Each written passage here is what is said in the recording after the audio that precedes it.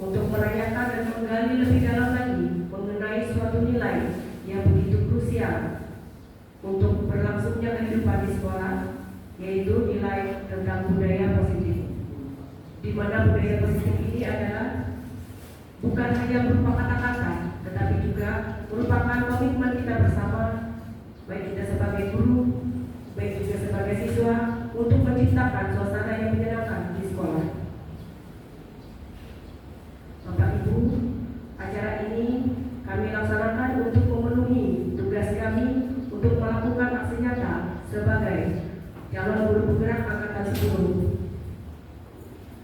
Kami juga berharap dalam kesempatan ini bisa berbagi dengan Bapak Ibu semua mengenai gagasan maupun praktik-praktik yang sudah kami lakukan dalam upaya kami untuk menumbuh kembangkan budaya positif di sekolah kita tercinta ini di SMA Negeri 2 Muara Ewe. Sebagai umat yang beragama, maka wajiblah kita berdoa sebelum memulai suatu kegiatan. Dalam kesempatan kali ini, kami mohon kepada kesediaan dari Ibu Hajah Megawati untuk memimpin doa. Kepada Ibu, disilakan.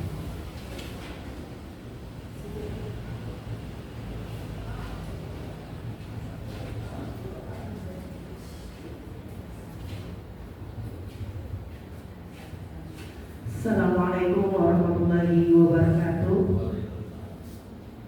Ibu-ibu Dewan Guru SMA Negeri 2 Muara Ewe, terima kasih atas kesempatan diberikan kepada saya untuk memimpin doa pada hari ini. Baiklah, kita awali doa ini dengan tata cara beragama Islam. Semoga apa yang kita niatkan, kita hajatkan dikabulkan Allah Subhanahu wa Ta'ala dalam konsep pemahaman destinasi budaya positif yang akan disampaikan oleh Bu Nova Sinatra. Ilah dari Mustafa Rasulullah sallallahu alaihi wasallam. Al-Fatihah. A'udzubillahi minasyaitonir rajim. Bismillahirrahmanirrahim. Alhamdulillahirabbil alamin. Arrahmanirrahim. Maliki yaumiddin. Iyyaka na'budu wa iyyaka nasta'in. Ihdinas siratal mustaqim. Siratal ladzina an'amta 'alaihim ghairil maghdubi 'alaihim waladdallin. Amin. Amin amin amin. Bismillahirrahmanirrahim. Alhamdulillahirabbil alamin. Assalatu wassalamu ala asyrafil anbiya'i wal mursalin sayyidina wa maulana Muhammad wa ala alihi wa sahbihi ajma'in. Allahumma shalli ala sayyidina Muhammadin sholatan tunzina biha min jamil ahwal wal afat wa taqdilana biha ya Allah min jamil hajat wa tutahhiruna biha min jamil sayiat wa tarfa'una biha indaka 'ala darajat wa tuballighuna biha aqsal ghayat min jamil khairatil hayati wa badal mamat bi rahmatika ya arhamar rahimin. Allahumma firli junubi wa li walidayya warhamhuma kama rabbayani shaghira wa li jami'il muslimin wal muslimat wal mu'minin wal mu'minat al ahya'i minhum wal amwat. Ya Allah, ya Tuhan kami yang Maha Pengasih lagi Maha Penyayang, kami memohon kepada Engkau ya Allah, berikanlah kemudahan kepada saudara-saudari kami Bu Nova Sinatra dalam mengikuti kegiatan diseminasi pemahaman konsep membangun budaya positif di lingkungan sekolah SMA Negeri 2 Muara Ewe, diberi kemudahan dan kelancaran. Amin ya rabbal alamin. Wabillahi taufiq wal hidayah. Assalamualaikum warahmatullahi wabarakatuh. Alhamdulillah.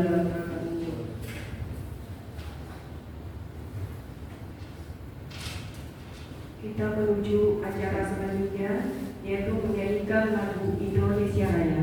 Bapak Ibu dimohon untuk berdiri.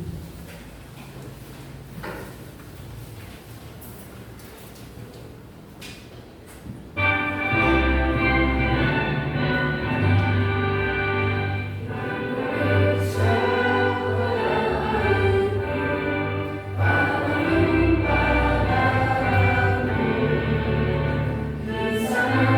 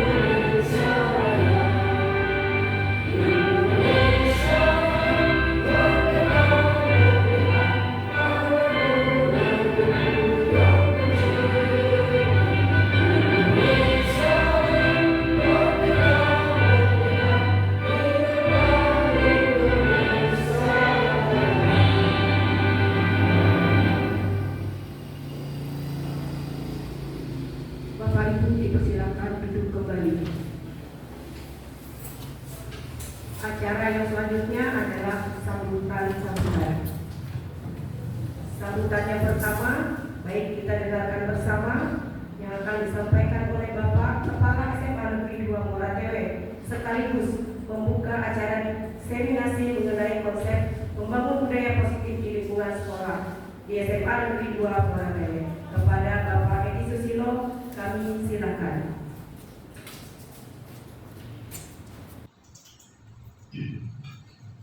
Assalamualaikum warahmatullahi wabarakatuh. Selamat pagi, saudara untuk kita semua. Alhamdulillah, selalu kita panjatkan puji dan syukur kepada Allah Tuhan Yang Maha Esa dan senantiasa melimpahkan rahmat dan karunia kepada kita semua, sehingga pada hari ini hari yang sangat berbahagia saya berkenan Ibu Guru JKT dan dapat hadir di tempat ini. Pertama, saya ucapkan terima kasih kepada pemerintah, khususnya melalui Kementerian Pendidikan dan Bidang Pendidikan Provinsi Kalimantan Tengah yang telah mengadakan atau melaksanakan peningkatan kompetensi guru, khususnya untuk guru gerak yang saat ini sudah ada 5 pegawai di SMA Negeri 2 Moratewe yang sedang mengikuti, yaitu angkatan 10. Termasuk hari ini yang melaksanakan adalah Ibu Nova Sinanda. Terima kasih Bu Nova.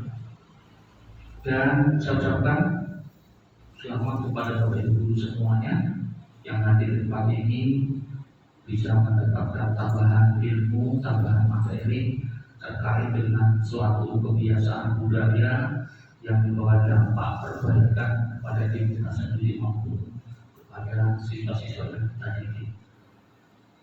Saya secara pribadi sangat mendukung kegiatan ini, ya, khususnya diseminasi budaya positif ini. Saya sangat mendukung untuk Bapak Ibu guru, tidak hanya berlaku kepada Bapak Ibu guru JKT, tapi saya juga berharap kepada Bapak Ibu guru yang lain.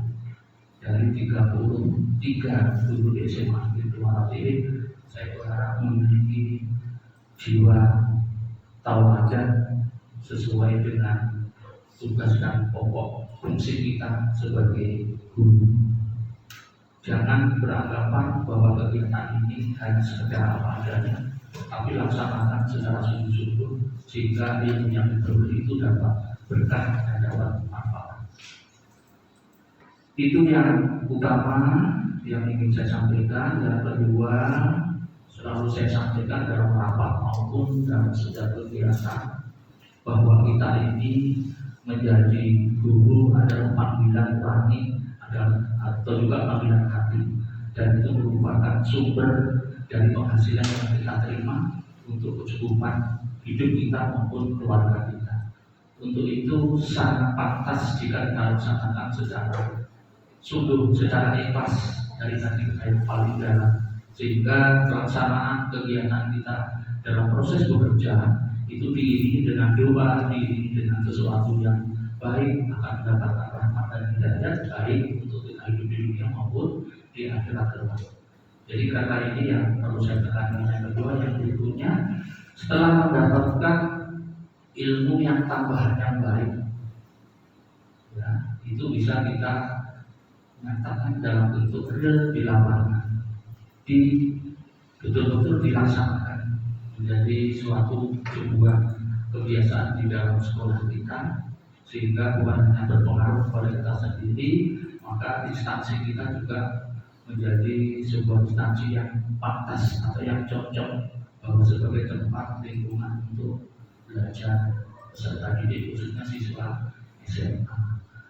Karena ini aja sedikit tambahan dari saya secara pribadi, dan dengan izin Yang Maha Kuasa, dengan izin kita semua, kita mengucapkan Bismillahirrahmanirrahim. Kegiatan diseminasi pemahaman konsep membangun budaya positif di lingkungan sekolah, khususnya di SMA Negeri 2 Moratewe tahun 2024 oleh Ibu Nova Sinanda secara resmi kita buka.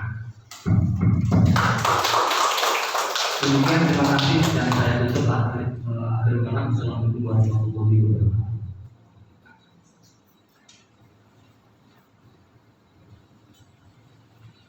Terima kasih Bapak yang sudah membuka acara diseminasi hari ini.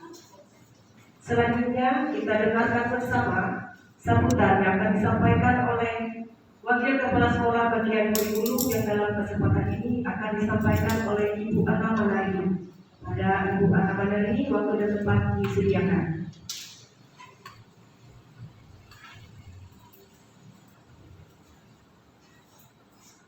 Terima kasih Ibu Nova atas waktu dan kesempatan yang sudah diberikan. Selamat pagi Bapak Kepala Sekolah dan Bapak Ibu guru semuanya yang ada di tempat ini.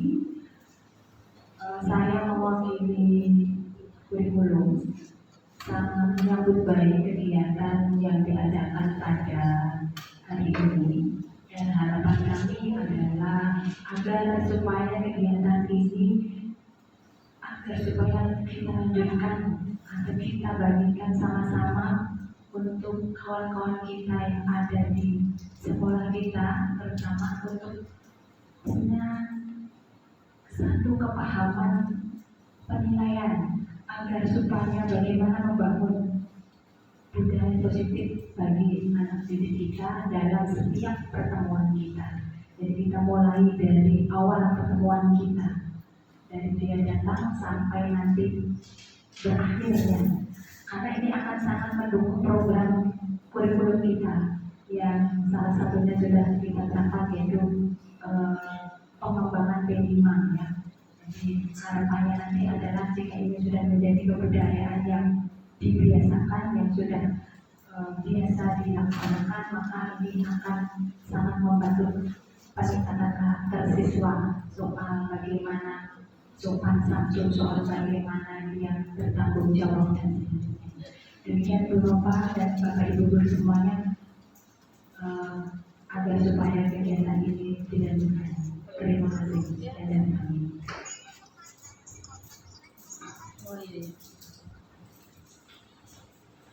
Terima kasih Ibu Ana Manari atas sambutannya. Selanjutnya kita memasuki acara inti, yaitu pemaparan materi diseminasi pemahaman konsep pembangunan budaya positif di lingkungan sekolah, yang dalam kesempatan ini akan disampaikan oleh saya sendiri, Ibu Nova Sinanta. Baik Bapak Ibu, saya akan mulai saja memaparkan materi tentang diseminasi mengenai budaya positif. Namun sebelumnya, supaya kita tidak terlalu tegang, kita adakan speaking dulu. Saya mohon kepada Bapak Ibu bisa berdiri, bisa menemani saya juga di depan beberapa orang. Kita peregangan otot dulu supaya tidak tegang Bapak Ibu. Silakan Bapak Ibu yang di depan, Pak Arifin bisa menemani saya di depan. Jangan miring, nggak enak miring. Miring dong. Siapa enak? Wajah paling ganteng. Tapi udah enak. Ayo Pak Arifin. Ayo Pak kesini. Bisa pas saling sampai mana?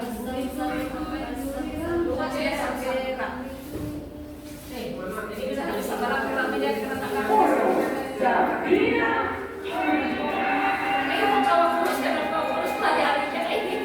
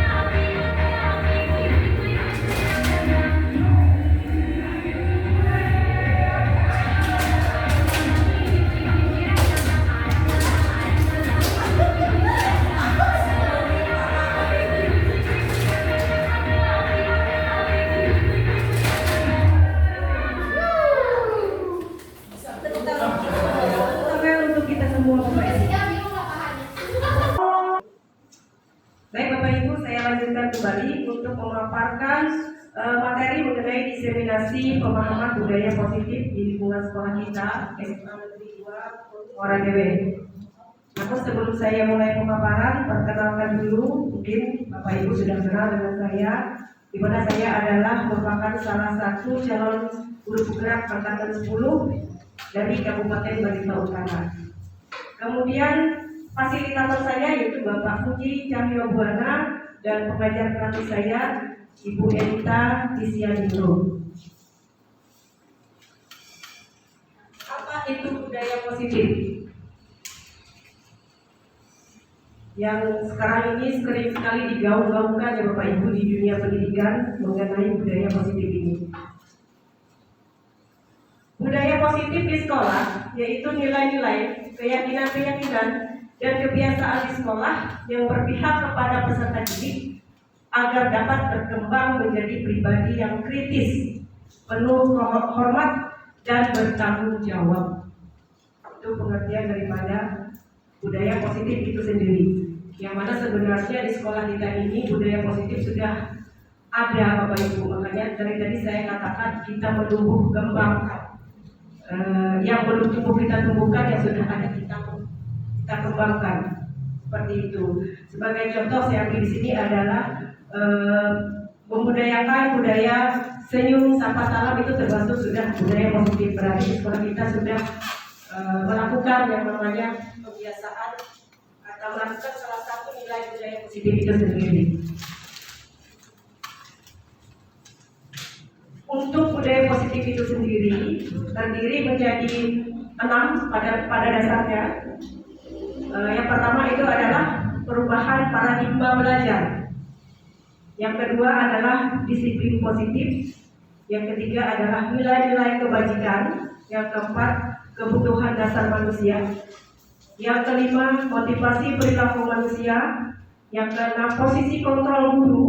Kemudian yang ke-7, keyakinan kelas. Yang ke-8, segitiga restitusi. Silakan mencoba mengupas tuntas atau menyebarluaskan dari apa yang sudah kami ketahui melalui pendidikan guru penggerak yang selama ini kami jalankan agar mengikuti. Yang pertama adalah perubahan paradigma belajar. Sekarang saya bertanya kepada Bapak Ibu, apakah Bapak Ibu setuju dengan pernyataan berikut? Yang pertama, hukuman dapat mendisiplinkan siswa. Setuju kira-kira Bapak Ibu? Tidak. Kemudian yang kedua, pemberian hukuman dengan hal positif seperti membaca, membersihkan halaman sekolah dapat meningkatkan disiplin anak. Setuju tidak kira-kira? Setuju. Oke. Kemudian yang ketiga, memberikan penghargaan dapat meningkatkan motivasi belajar anak. Setuju nggak kira-kira? Tidak setuju ya? Ada yang setuju? Ada yang setuju. Oke. Kemudian perubahan paradigma. Di sini saya ingin mengajak Bapak Ibu bermain peran atau role play, di mana ini saya ingin berpasangan. Anggap aja Bapak Ibu ini sebagai siswa ya. Bapak Ibu berpasangan, yang satunya menuliskan kata-kata berharga, entah itu apapun, harta misalnya apa saja yang berharga di dalam hidup Bapak Ibu, tuliskan di secari kertas secara berpasangan ya Bapak Ibu. Kemudian bisa dengan teman di sebelahnya Bapak Ibu. Ibu Mista misalnya dengan Ibu Siti Hayati, terserah nanti berperan, entah Ibu Siti Hayati yang menggenggam nilai yang berharga, kemudian Ibu Mista yang meminta bagaimana caranya Ibu Siti Hayati bisa membuka tangannya. Bisa paham ya Bapak Ibu? Oke. Silakan Ibu Siti Hayati dengan Ibu Mista, Ibu Murasidah dengan Ibu Meli yang berdekatan saling berpasangan. Yang berperan menggenggam tangan, silakan menuliskan satu kata berharga di secari kertas kemudian digenggam.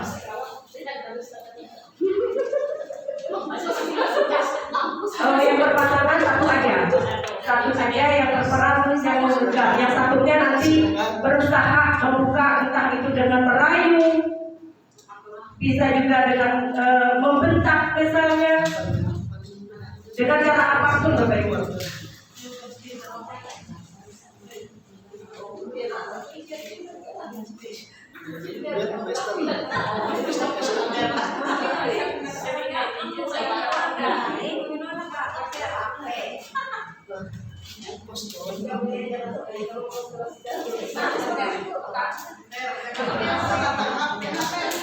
Jadi di sini ada dua peran ya Bapak Ibu.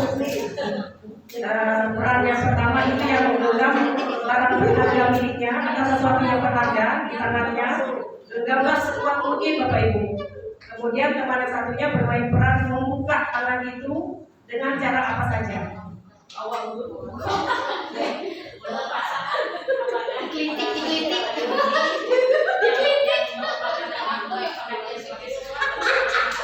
Bebas saja Bapak, bebas saja. Yang penting anggaplah ini saling berteman. Iya, teman saja.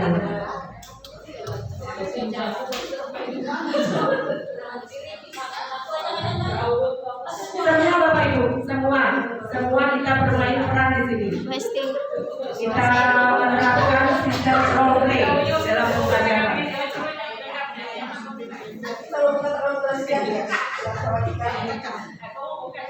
Kemudian sama ini siapa yang menjaga harta berharga?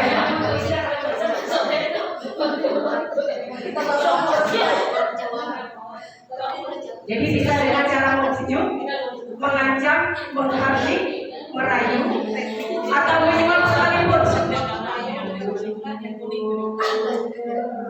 supaya tangan teman kita di sebelah bisa terbuka. Ya, silakan Bapak Ibu. Ya, mulai. Silakan mulai.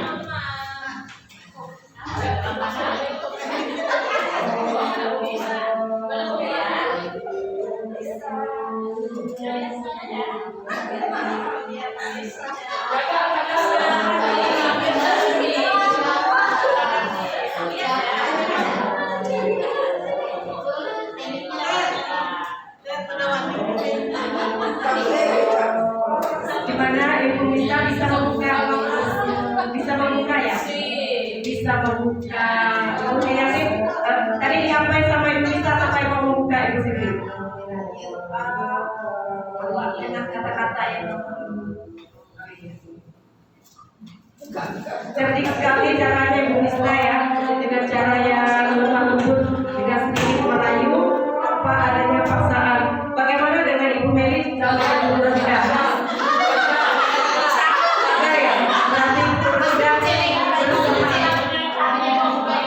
Berusaha dengan sekuat tenaga. Tidak masuk berarti rayu dari Ibu Meli tadi cara siapa Bu Meli sampai tidak berhasil. Dengan kekerasan, dengan lemah lembut berhasil membuka. Nah dalam peran ini kira-kira yang memegang kontrol itu siapa Bapak Ibu? Yang memegang kontrolnya siapa? Kontrol Bapak kontrol.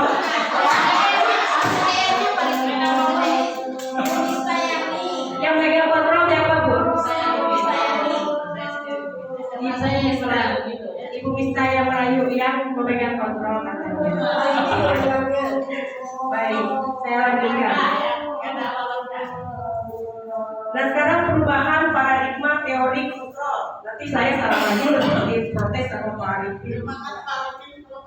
Iya, atau teori pilihan di mana di sini ada beberapa sebenarnya ilusi kontrol yang sebenarnya kita anggap itu adalah kontrol. Tapi saya lanjutkan Bapak Ibu mengenai ilusi kontrol. Di sini ada 4 ilusi kontrol. Ini maksudnya adalah di mana kita menganggap itu adalah cara kita mengontrol. Itu adalah kontrol kita terhadap orang lain. Namun nyatanya, faktanya itu bukan suatu kontrol. Di mana kita tidak bisa mengontrol orang lain Bapak Ibu. Seperti itu. Jadi yang memegang kontrol itu dirinya sendiri, bukan orang lain.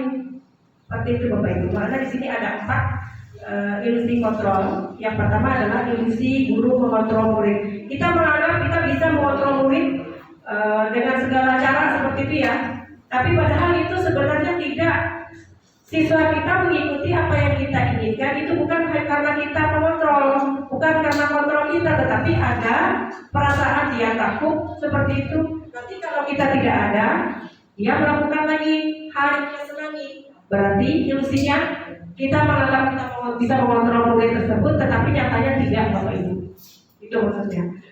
Kemudian yang kedua adalah ilusi bahwa kritik dan membuat orang merasa bersalah dapat mengucilkan karakter. Kita kadang memberikan kritik dan membuat orang merasa bersalah dengan ucapan-ucapan kita, misalnya itu kita anggap sebagai mengontrol mereka.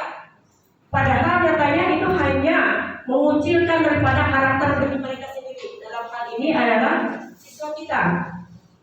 Kemudian yang ketiga, ilusi bahwa semua penguatan positif, efektif dan bermanfaat.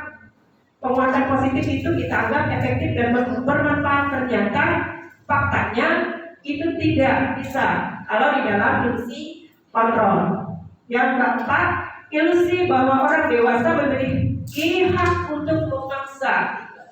Karena kebanyakan yang terjadi di lingkungan kita kan biasa seperti itu, yang dewasa ini mengontrol yang lebih muda, misalnya dalam ini misalnya kita sebagai guru mengontrol siswa kita.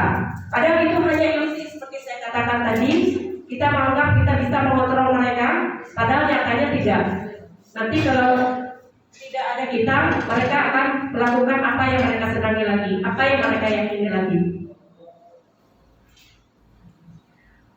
Perubahan paradigma dari stimulus respon menjadi teori kontrol.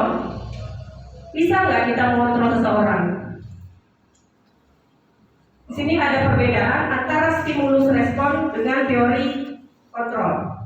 Di mana di dalam stimulus respon kita mencoba mengubah orang agar berpandangan sama dengan kita. Kita mempengaruhi orang supaya dia memiliki pandangan sama seperti kita. Tetapi di dalam teori kontrol kita berusaha memahami pandangan orang tentang dunia. Artinya kita terbuka dengan orang, Bapak Ibu. Kita mau mendengarkan pendapat orang ini tentang suatu masalah, misalnya seperti apa. Kalau di dalam stimulus respon kita memaksa. Contohnya kita memaksa apa pandangan kita, orang harus memiliki pandangan yang sama. Tetapi kalau di dalam teori kontrol kebalikannya, kita mendengarkan pandangan orang tentang hal tersebut. Kemudian selanjutnya, perilaku buruk dilihat sebagai suatu kesalahan. Kalau di dalam teori kontrol, semua perilaku itu memiliki tujuan. Kendati pun keburukan yang dilakukan atau kesalahan yang dilakukan oleh siswa, sebenarnya itu adalah ada tujuan yang ingin mereka capai.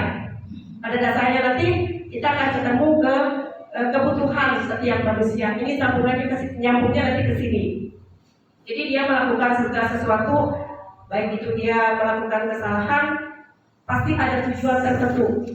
Entah untuk kesenangan, entah untuk apapun seperti itu. Yang ketiga, orang lain bisa mengontrol saya. Itu kalau pada teori stimulus respon. Tetapi kalau dalam teori kontrol, hanya Anda yang bisa mengontrol diri Anda. Seperti permainan kita tadi, yang memiliki peran memegang tangan, dia memiliki kontrol terhadap dirinya sendiri. Kenapa mau membuka? Dia punya stimulus ke dalam otaknya. Oh, aku buka aja, begitu kan? Tapi yang mengontrol ingin membuka atau tidak itu dirinya sendiri. Seperti itu, Bapak Ibu. Kemudian kalau pada teori kontrol, Anda tidak bisa mengontrol orang lain. Ya, Anda tidak bisa mengontrol orang lain. Jadi secara kata dia bertolak belakang antara stimulus respon dan teori kontrol ini. Kemudian selanjutnya pemaksaan ada pada saat bujukan gagal. Kalau kita membujuk orang nih, biasanya kalau kita membujuk gagal, maka kita memaksa orang untuk memiliki pandangan yang sama dengan kita. Tapi kalau pada teori kontrol, kolaborasi dan kesepakatan menciptakan pilihan-pilihan baru. Open minded intinya di sini. Dia ada keterbukaan, saling berkolaborasi antara dua belah pihak yang memiliki pandangan yang berbeda tadi, maka akan menciptakan pilihan-pilihan baru berdasarkan kesepakatan, bukan memaksakan. Selanjutnya, modal berpikir menang dan kalah. Ini kalau dalam stimulus respon ada yang menang, ada yang kalah. Tapi kalau di dalam teori kontrol, model berpikirnya menang-menang. Satu diuntungkan, yang satu pihaknya lagi diuntungkan. Begitu Bapak Ibu. Tidak ada menang dan kalah, tapi menang-menang. Semuanya tidak ada yang dirugikan, sama-sama merasa diuntungkan. Lalu bagaimana dengan pembelajaran dengan paradigma baru? Setelah adanya peralihan teori kontrol tadi, maka dikenallah yang namanya profil pelajar Pancasila. Pembelajaran dengan paradigma baru merupakan pembelajaran yang dirancang berdasarkan prinsip pembelajaran berdiferensiasi, sehingga para peserta didik sesuai dengan kebutuhannya berdasarkan tahap perkembangan sesuai teori psikologi modern untuk mewujudkan profil pelajar Pancasila. Jadi intinya di sini tidak ada pemaksaan lagi dari seorang guru untuk siswa, tapi kita menyesuaikan baik itu di dalam pembelajaran, menyesuaikan dengan kebutuhan, minat dan bakat mereka.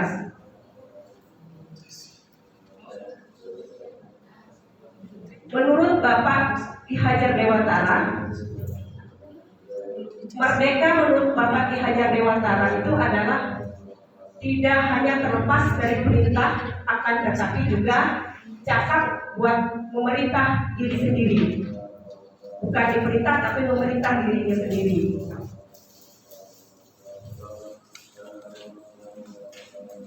Kemudian yang kedua adalah disiplin positif.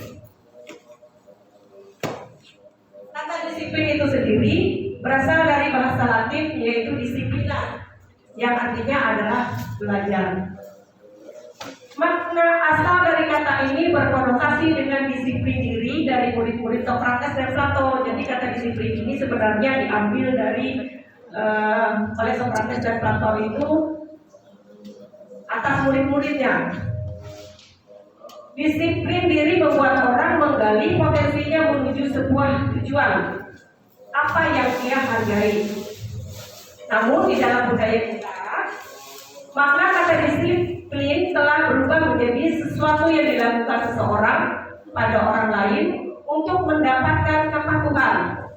Kecenderungan umum adalah menghubungkan kata disiplin dengan ketidaknyamanan. Biasanya kan seperti itu ya Bapak Ibu. Bukan dengan apa yang kita hargai atau mencapai suatu tujuan mulia. Jadi pandangan kita tentang disiplin adalah bagaimana kita mengajarkan sesuatu. Kedisiplinan itu biasanya disangkut pautkan dengan adanya hukuman seperti itu. Makanya dikatakan di sini adanya ketidaknyamanan.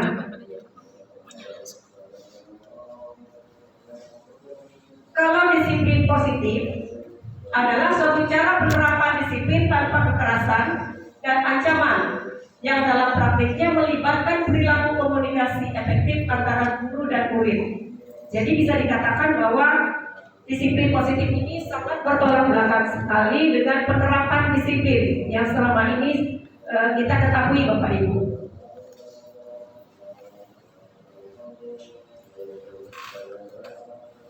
Selanjutnya prinsip-prinsip dasar disiplin positif.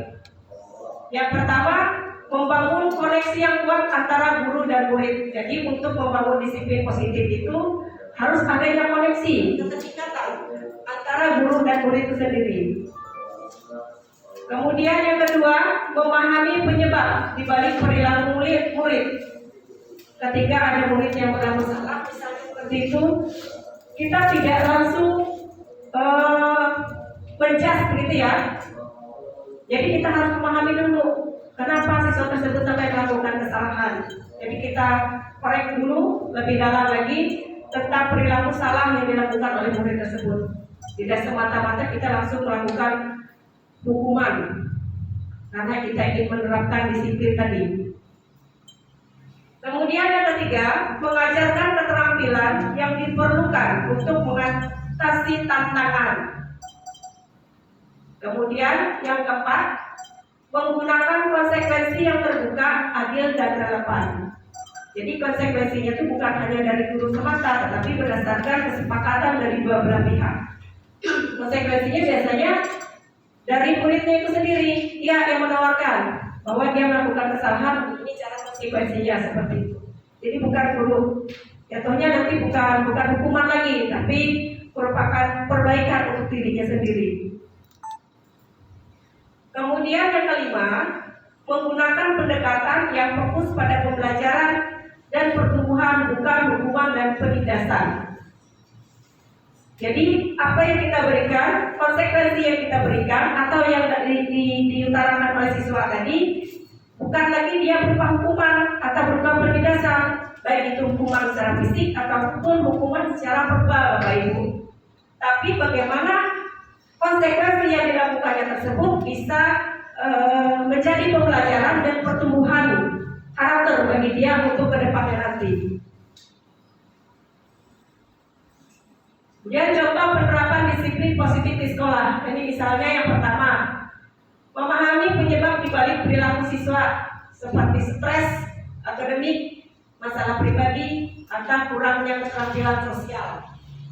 Biasanya siswa kalau ada perilaku yang berkembang dari keyakinan-keyakinan atau berbuat salah, ada alasan dibaliknya. Bisa saja ada stres secara akademiknya di situ, banyak tugas misalnya, atau seperti apa.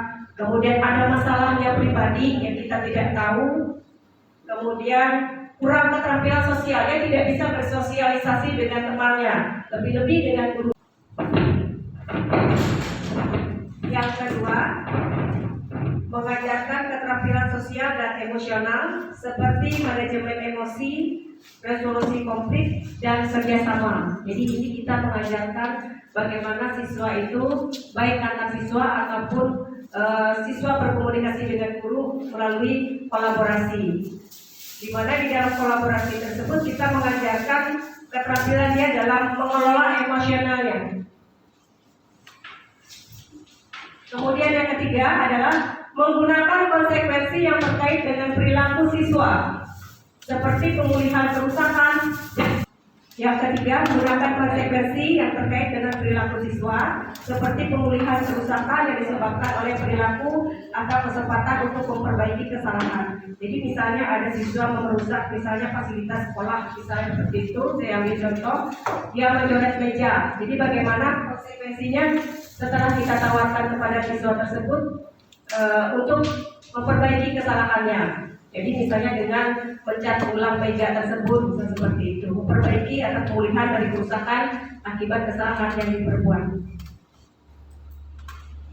Kemudian yang ketiga adalah kebajikan universal. Kebajikan itu adalah suatu nilai yang sudah ada di dalam kehidupan kita sehari-hari, Bapak Ibu, berdasarkan budaya, nilai agama maupun nilai norma yang sifatnya universal, menyeluruh seperti itu.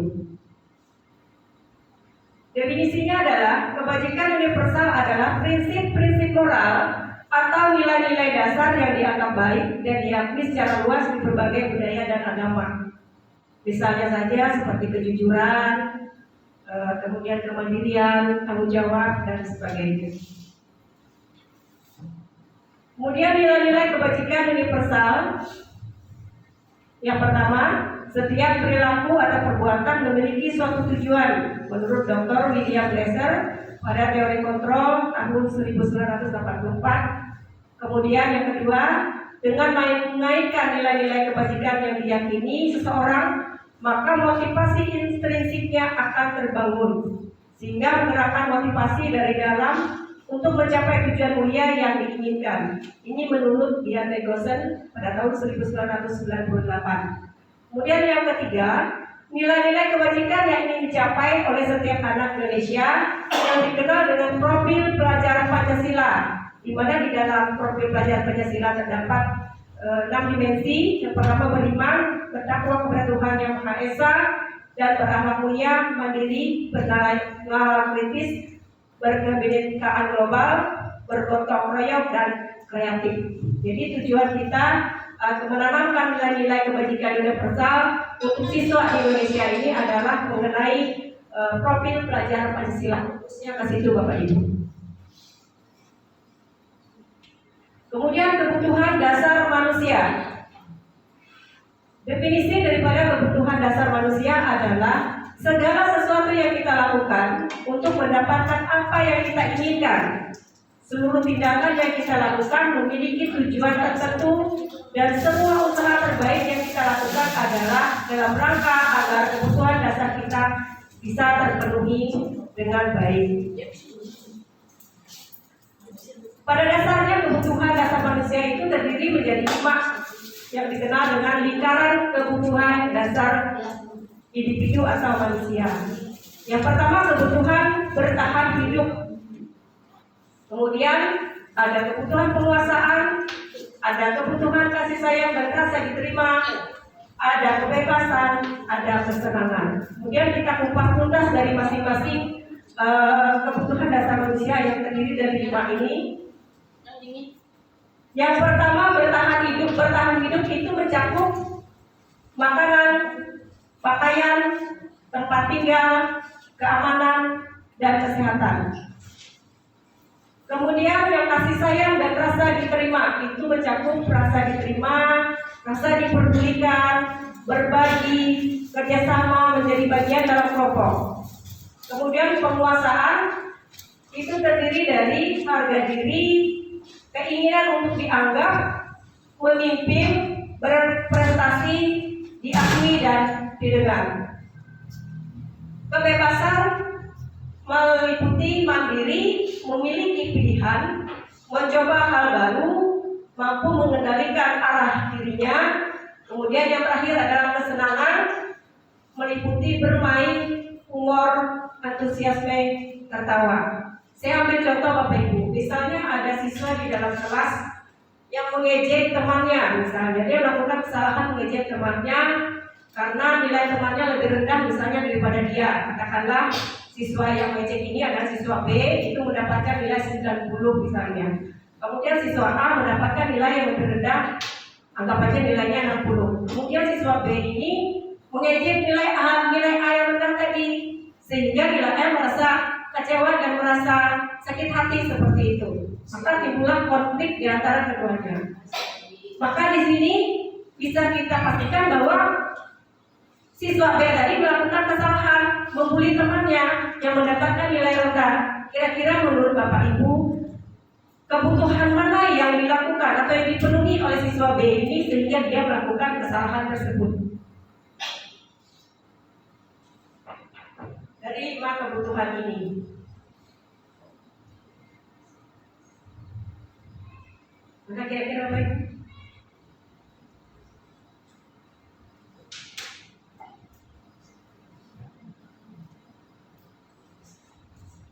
Apakah kesenangan, apakah kebebasan, atau penguasaan,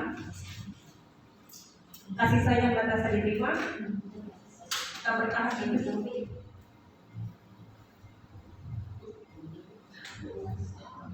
Penguasaan, betul sekali Bapak. Dia menunjukkan bahwa dia ini bangga dengan nilai dia yang tinggi tadi daripada temannya sebenarnya. Tetapi dia menyalurkan rasa kebanggaannya tersebut, rasa penguasaannya tersebut dengan cara yang salah. Dia memenuhi kebutuhan atas rasa penguasaan tersebut, sehingga dia melakukan tindakan dia yang salah. Dan macam-macam lagi contohnya Bapak Ibu, kesalahan-kesalahan yang dilakukan anak kita, dilakukan oleh siswa kita untuk memenuhi setiap kebutuhan diri mereka masing-masing. Kita speaking dulu supaya tidak tegang Bapak Ibu, karena masih lumayan banyak materinya Bapak Ibu. Di sini kita speakingnya menggunakan gerakan dengan nyanyiannya adalah kring-kring bunyi sepeda. Saya contohkan untuk gerakannya. Bisa berdiri dulu Bapak Ibu supaya tidak tegang.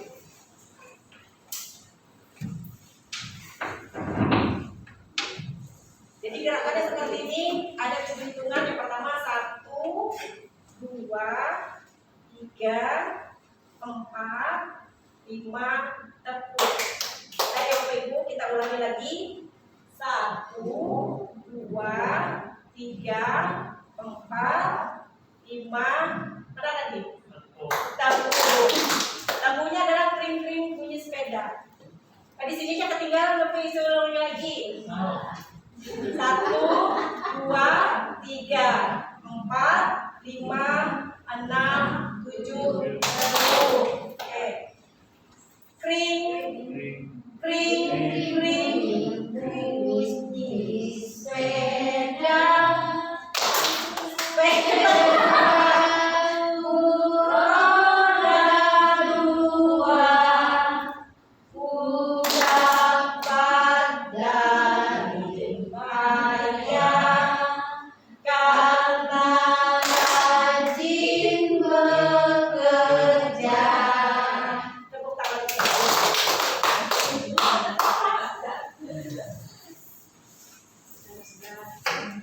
Konsentrasi kita sudah mulai terganggu. Selanjutnya adalah motivasi perilaku manusia. Untuk definisinya atau pengertiannya adalah motivasi perilaku manusia adalah kekuatan internal atau eksternal yang mendorong individu untuk bertindak atau berperilaku dalam cara tertentu. Di sini ya, motivasi perilaku manusia itu terdiri menjadi 2. Ada yang namanya motivasi internal dan ada yang namanya motivasi eksternal. Motivasi internal ini untuk menjadi orang yang mereka inginkan dan menghargai diri sendiri dengan nilai-nilai yang mereka percaya. Sedangkan motivasi eksternal ini terbagi menjadi 2, yaitu untuk menghindari ketidaknyamanan atau hukuman, kemudian untuk mendapatkan imbalan atau penghargaan dari orang lain. Jadi ketika anak melakukan segala sesuatunya itu, Bapak Ibu, ada 2 motivasi yang ada di dalam dirinya sehingga mendorong dia melakukan hal tersebut. Ada yang motivasi internal tadi, ada juga yang motivasi eksternal. Kalau eksternal ini kan dari luar. Bisa saja anak tersebut melakukan untuk menghindari hukuman, misalnya dia yang tidak suka menggunakan baju yang dimasukkan, terus dia memasukkan baju. Demi apa? Demi menghindari hukuman, misalnya seperti itu. Atau juga untuk mendapatkan imbalan atau penghargaan dari orang lain. Misalnya, nanti kamu misalnya dalam lomba puisi, kamu harus bagus. Nanti kalau kamu bagus, kamu akan dapat hadiah dari ibu, misalnya seperti itu. Maka dia motivasinya adalah motivasi internal. Eksternal, dia melakukan itu membaca puisi dengan baik hanya ingin mendapatkan penghargaan atau hadiah dari gurunya. Lalu dari motivasi internal dan eksternal ini yang kita harapkan adalah yang merupakan akar daripada disiplin positif, yaitu motivasi internal, Bapak Ibu. Jadi bagaimana motivasi itu datang dari dirinya sendiri, bukan dari orang lain. Lalu bagaimana dengan hukuman, konsekuensi, dan restitusi? Kalau pada hukuman, yang pertama prinsipnya adalah dia tidak terencana, misalnya secara tiba-tiba. Jadi ada siswanya misalnya terlambat, langsung tiba-tiba datang, kamu begini misalnya, dengan baik itu dengan fisik maupun secara verbal. Kemudian murid tidak tahu apa yang akan terjadi atau dilibatkan. Jadi sebelumnya ini tidak tahu misalnya ada aturan. Nanti kalau kamu terlambat, kamu akan disuruh misalnya menyapu ruang kelas semuanya, misalnya seperti itu. Dia tidak tahu awalnya. Nah itulah salah satu prinsip daripada hukuman. Murid sebelumnya tidak tahu untuk aturan tersebut. Kemudian bersifat satu arah. Sifat satu arah misalnya guru terhadap siswa. Yang memberikan hukuman misalnya guru seperti itu. Yang mendapatkan hukuman adalah siswa. Jadi hanya satu arah. Kemudian berupa hukuman fisik dan psikis. Seperti saya sebutkan tadi, hukuman itu bisa yang melibatkan fisik, bisa juga yang psikis yang secara verbal. Dengan kata-kata kita tidak sadar, perasaan kita ini tidak menghukum. Padahal secara verbal itu adalah hukuman dari kita. Kemudian bagaimana dengan konsekuensi? Pada prinsipnya konsekuensi itu dia terencana atau disepakati sesuai peraturan. Misal di sekolah, peraturannya misalnya hari Senin harus menggunakan pakaian atasnya putih, bawahnya abu-abu. lengkap dengan atribut sepatu warna hitam seperti itu kan sudah terencana, sudah tertulis dalam aturan. Maka konsekuensinya apa? Misalnya dia tidak pakai disuruh apa, misalnya seperti itu. Kemudian murid tetap dibuat tidak nyaman atas aturan itu. Murid tetap merasa tidak nyaman karena motivasinya dari luar. Dia melakukan mengikuti peraturan tersebut karena adanya motivasi eksternal supaya menghindari hukuman. Kemudian yang ketiga, sikap guru terlalu memonitor murid. Kita melihat misalnya ada siswa datang terlambat, kita catat, itu kan memonitor namanya, memantau, selalu memantau. Oh dia sepatunya bukan hitam. Kemudian nanti kaos kakinya karena peraturannya putih, si A pakai sepatu bukan putih, misalnya seperti itu. Kita selalu monitor siswa. Itu konsekuensi. Kalau restitusi, prinsipnya yang pertama, proses menciptakan kondisi bagi murid untuk memperbaiki kesalahan. Ya, di sini adanya kolaborasi antara guru dan murid, bagaimana murid itu sendiri bisa memperbaiki kesalahannya. Berarti ada negosiasi di situ.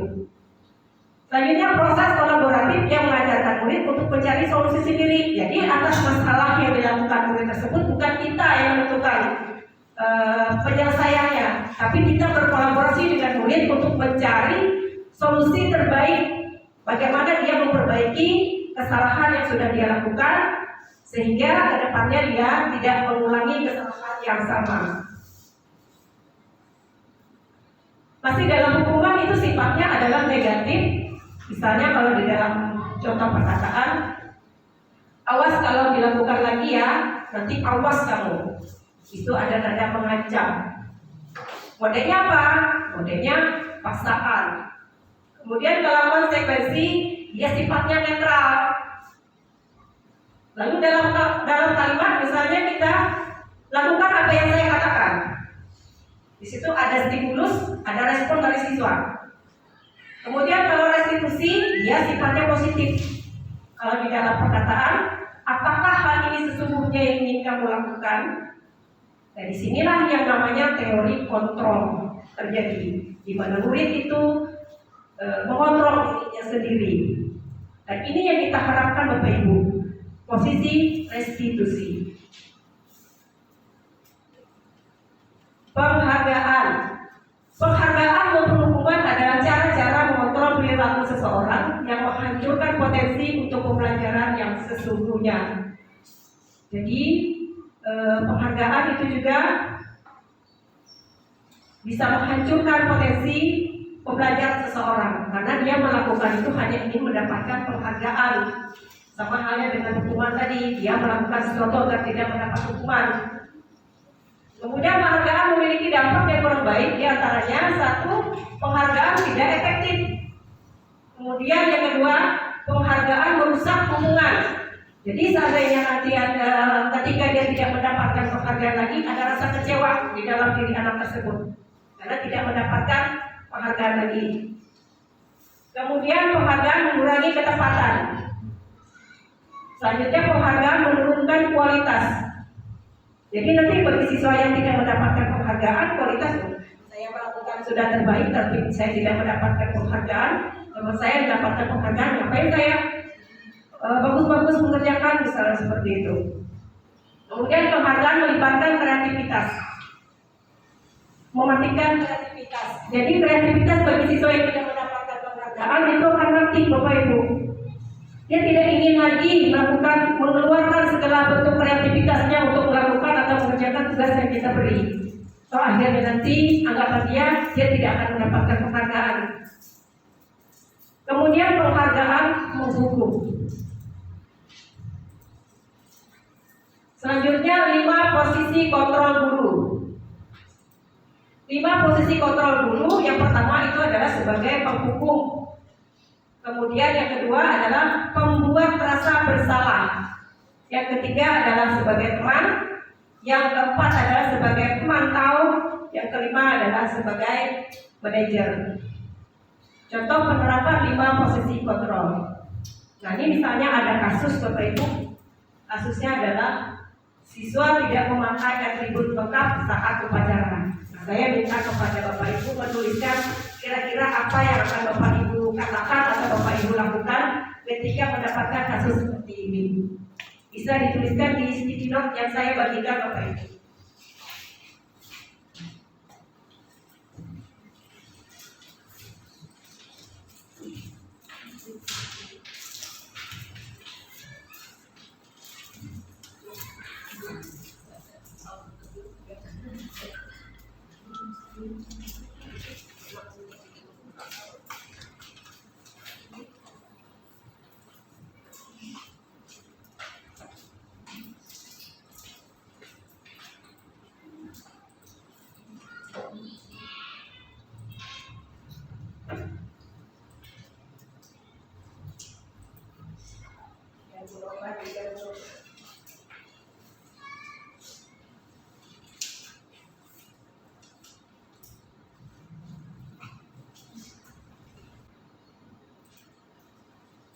Kalau sudah, Bapak Ibu bisa menempelkan di atas meja di samping Ibu Norma.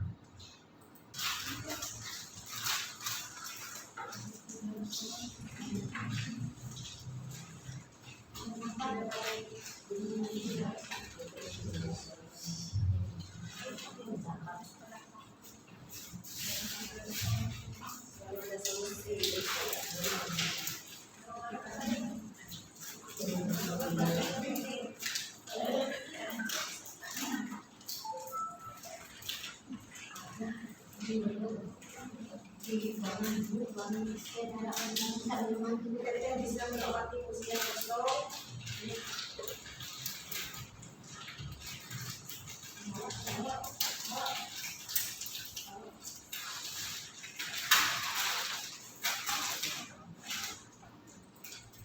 Ada beberapa jawaban dari Bapak Ibu untuk menangani kasus jika siswa tidak memakai atribut lengkap saat upacara.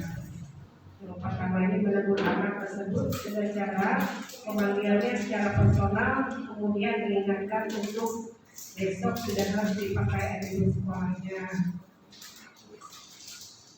Kemudian mengingatkan siswa untuk memakai atribut. Mengingatkan siswa tersebut supaya tidak lupa menggunakan atribut sekolah, kemudian memberi konsekuensi kepada siswa tersebut.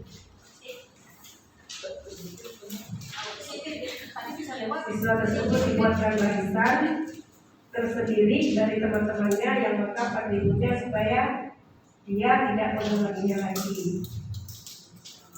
Memanggil siswa tersebut dan diajak berdialog apa sebab siswa melakukan kesalahan. Ini hari Senin karena kenapa atributnya tidak lengkap? Boleh dijelaskan ke Ibu? Kita terlebih dahulu menanyakan kepada siswa yang bersangkutan kenapa dia tidak menggunakan atribut dengan lengkap sesuai dengan ketentuan. Setelah kita tahu alasan anak tersebut tidak menggunakan atribut dengan lengkap, baru kita memberikan penanganan kepada siswa yang bersangkutan. Selanjutnya, penegur akan mengingatkan kepada siswa yang bersangkutan agar melengkapi atribut yang belum ada. Saya mengingatkan mengenai peraturan sekolah jika terjadi pelanggaran karena sudah disepakati ketika masuk ke sekolah. Selanjutnya menanyakan terlebih dahulu alasan mengapa peserta didik tersebut memakai atribut tidak lengkap. Kemudian apa yang diharapkan oleh peserta didik tersebut ke depannya. Terima kasih Bapak Ibu atas penanganan kasusnya. Baik, sekarang kita lihat contoh-contoh posisi 5 posisi kontrol guru tadi terhadap penanganan kasus siswa. Dan di sini kasusnya tadi ada siswa tidak menggunakan atribut lengkap ya, Bapak Ibu ketika hari Senin. Yang pertama sebagai penghukum, contoh kata-katanya adalah lari mengelilingi lapangan 2 kali putaran, melibatkan fisik, Bapak Ibu. Kemudian membuat rasa bersalah, contoh kalimat yang kita utarakan, sudah berapa kali diberitahu, kenapa kamu selalu membuat kecewa ibu? Jadi siswa ada perasaan dia itu, oh saya salah seperti itu. Ada dia merasa perasaan dia bersalah sudah melanggar aturan gitu ya. Kemudian dalam posisi kontrol teman, kata yang diucapkan contohnya adalah, ayo dong ikuti aturan sekolah, Ya sudah, tidak apa-apa. Lain kali, tolong jangan diulangi lagi ya. Itu posisi kontrol sebagai teman Bapak Ibu. Kemudian sebagai pemantau, kamu sudah melanggar peraturan sekolah. Kamu tahu konsekuensinya? Beri atribut upacara dan jangan diulangi lagi. Posisi yang terakhir adalah sebagai manajer. Kata-kata yang diucapkan contohnya, apakah kamu tahu kesalahanmu? Kira-kira bagaimana kamu akan memperbaiki kesalahanmu? Seperti itu. Jadi dari kelima posisi kontrol ini Bapak Ibu yang bernilai positif itu ada 3, yaitu posisi teman, posisi pemantau, tapi yang paling bagus dan paling dianjurkan itu adalah posisi sebagai manajer. Di mana posisi manajer tadi kita menggali atau berembuk bersama siswa yang melakukan kesalahan tersebut, berbicara bersama, kemudian dia sendiri yang menemukan solusi atas apa yang sudah dia lakukan. Tapi dalam prakteknya manajer ini bisa juga dia berlaku sebagai teman atau sebagai pemantau yang menanyakan. Kalau dalam pemantau ini biasanya ciri khasnya adalah dia menggunakan aturan-aturan yang ada, mengingatkan kembali aturan-aturan. Dia selalu memantau, misalnya bisa ada catatan-catatan mengenai perilaku siswa, selalu mengawasi siswa tersebut. Ini posisi pemantau. Kemudian sebagai teman juga bisa kita lakukan dalam posisi sebagai manajer dalam melakukan proses menangani kasus siswa tersebut. Yang tidak dianjurkan sama sekali adalah posisi membuat rasa bersalah, apalagi sebagai penghukum. Apapun itu hasilnya dari tindakan kita menangani kasus menggunakan cara manajer tadi, kalaupun tidak berhasil, kita jangan sekali-sekali menggunakan cara penghukum dan cara membuat rasa bersalah, karena itu dinilai sebagai tindakan yang negatif. Yang dianjurkan sekali adalah nilai yang posisi sebagai manajer. Nah, ini Bapak Ibu, kalau ada kalimat saya kecewa sekali dengan kamu, ini kira-kira posisi kontrol apa Bapak Ibu? Iya, membuat rasa bersalah. Jadi anak kan ini aku saya sudah membuat ibu kecewa, saya tidak enak, saya bersalah, seperti itu. Kemudian yang kedua, kamu tidak pernah benar melakukannya. Kira-kira posisi mana?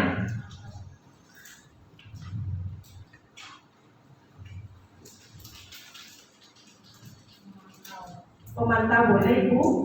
Sebagai penghukum juga sepertinya iya ya. Kamu tidak pernah benar katanya. Kamu tidak pernah benar melakukannya. Menghukum kan? Menghukum tepatnya. Tapi di sini dia melakukan hukuman secara verbal, bukan hukum secara fisik. Iya, mental yang diserang yang baik. Masih kontrol apakah aku? Ayolah lakukan demi Bapak Ibu ya, sebagai teman. Jadi siswa ini menganggap Bapak Ibu gurunya teman seperti itu. Maka nanti kalau misalnya gurunya melakukan tidak pada membela dia, misalnya dia berperasaan, saya kira ibu atau bapak ini adalah teman saya, ternyata bukan. Jadi ada rasa kecewa di dirinya. Sanksi atau konsekuensinya apa? Tahu kan? Nah itu kira-kira posisi mana Bapak Ibu?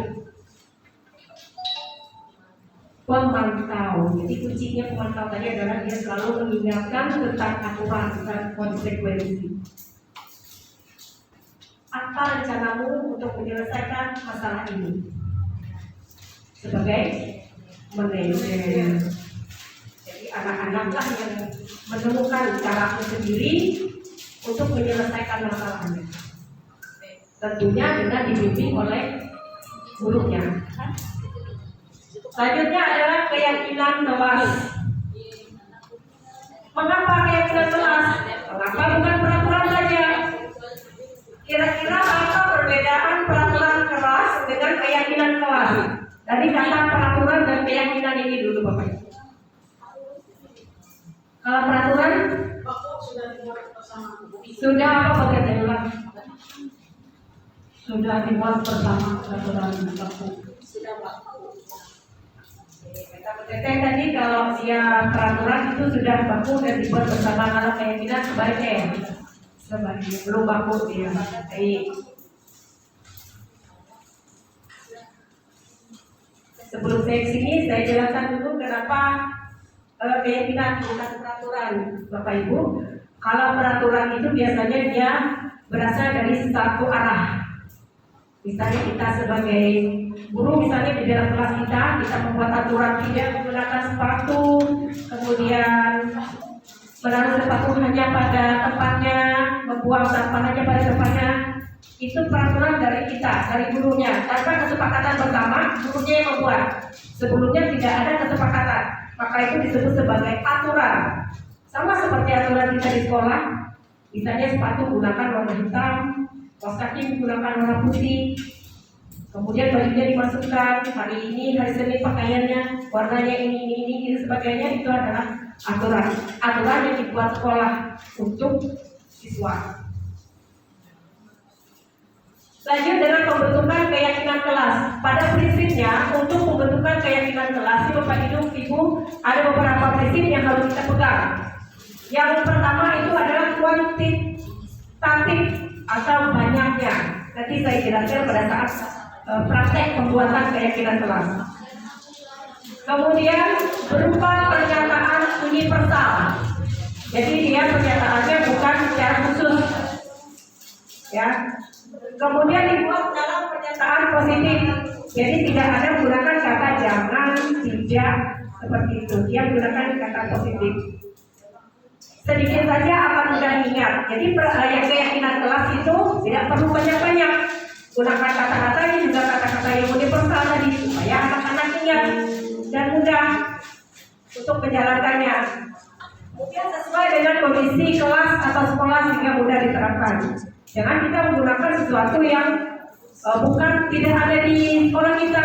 Misalnya kita membuat keyakinan mematikan AC ketika keluar kelas, sedangkan di kelas kita tidak ada AC. Itu sudah tidak nyambung artinya, tidak sesuai dengan kondisi di kelas kita. Seperti itu. Semua warga sekolah atau warga kelas dilibatkan saat keyakinan kelas. Misalnya di dalam kelas, siswa itu diajak untuk membuat keyakinan kelas bersama. Nah, ini langkah-langkahnya Bapak Ibu. Langkah-langkah untuk membuat keyakinan kelas. Saya rasa ini yang kita lakukan. Kebetulan ini kan kita mau tahun ajaran baru ya, terutama untuk wali kelas. Yang pastinya seperti itu untuk wali kelas untuk membuat keyakinan di kelasnya masing-masing. Tidak menutup kemungkinan juga untuk guru bidang studi membuat keyakinan kelas ketika pelajaran dia sedang berlangsung seperti apa keyakinannya. Langkah-langkahnya adalah Bapak Ibu. Yang pertama itu menggali peraturan-peraturan yang perlu disepakati di kelas. Sebelum kita menggali peraturan-peraturan yang kita sepakati ini, kita sebagai guru di dalam kelas kita jelaskan dulu nilai-nilai kebajikan universal. Nilai-nilai kebajikan universal tadi seperti kejujuran, tanggung jawab, kita jelaskan dulu kepada anak-anak. Termasuk nilai-nilai kebajikan universal yang sudah kita jadikan dasar dalam pendidikan kita di Indonesia, yaitu 6 dimensi profil pelajar Pancasila. Itu kita jadikan dasar untuk pembuatan keyakinan kelas. Nah, setelah kita jelaskan itu kepada anak-anak, baru kita meminta kepada anak-anak itu untuk menyepakati peraturan-peraturan. Kita menggali dari mereka. Bisa kita menyebarkan dengan membuat stikilan seperti yang saya lakukan tadi kepada anak-anak. Disuruh anak-anak menuliskan mereka inginnya seperti apa keadaan di kelasnya, seperti itu. Kita gali semuanya menggunakan cara brainstorming Bapak Ibu. Jadi apapun yang ada di kepala anak tersebut, selama itu bernilai kebajikan untuk kenyamanan mereka di kelas, silahkan turunkan di dalam stikilan misalnya. Setelah mereka menuliskan beberapa itu, kita semuanya harus terlibat Bapak Ibu.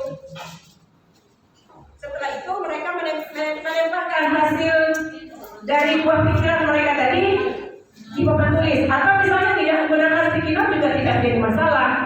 Bisa dengan mereka mengutarakan langsung pendapatnya misalnya, bisa kita tuliskan di papan tulis setiap pendapat yang mereka katakan, atau mereka sendiri yang menulis ke depan menuliskan apa saja yang mereka inginkan.